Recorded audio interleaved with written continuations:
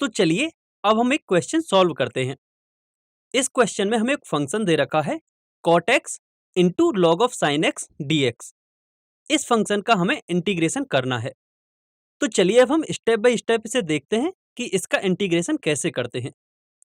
सबसे पहले हम इस क्वेश्चन में देख सकते हैं कि इस क्वेश्चन में 3 फंक्शंस हमें दे रखे हैं। तो अब प्रॉब्लम ये है कि हम किसे फंक्शन एज्यूम करें।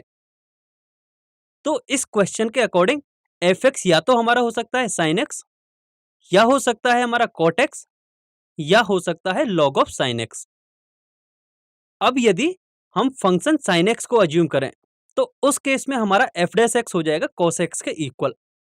एंड सिंस cos x की कोई भी टर्म क्वेश्चन में नहीं है तो इसलिए हम कुछ भी रिप्लेस नहीं कर पाएंगे, इसलिए हम fx को sin x के इक्वल नहीं एज्यूम कर सकते।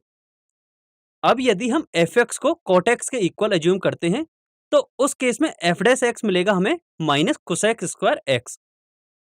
एंड सिंस कोसेक की भी कोई टर्म हमें क्वेश्चन में गिवन नहीं है, इसलिए हम cot x को भी fx के इक्वल एज्यूम नहीं करेंगे।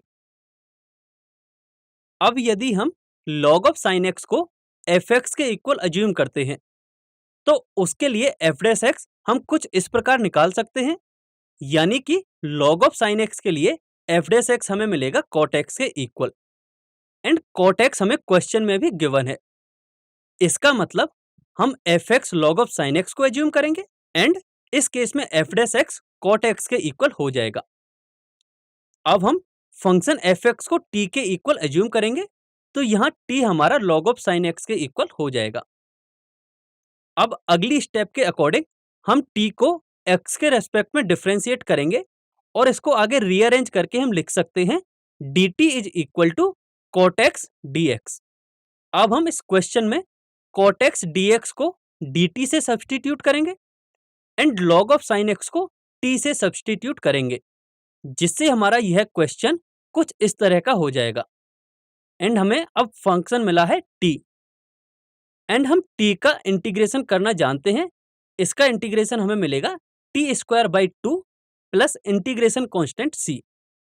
अब t एक डमी वेरिएबल है तो इसकी वैल्यू हम सब्सटीट्यूट करेंगे तो हमारा आंसर हो जाएगा log ऑफ sin x का whole square upon 2 plus c।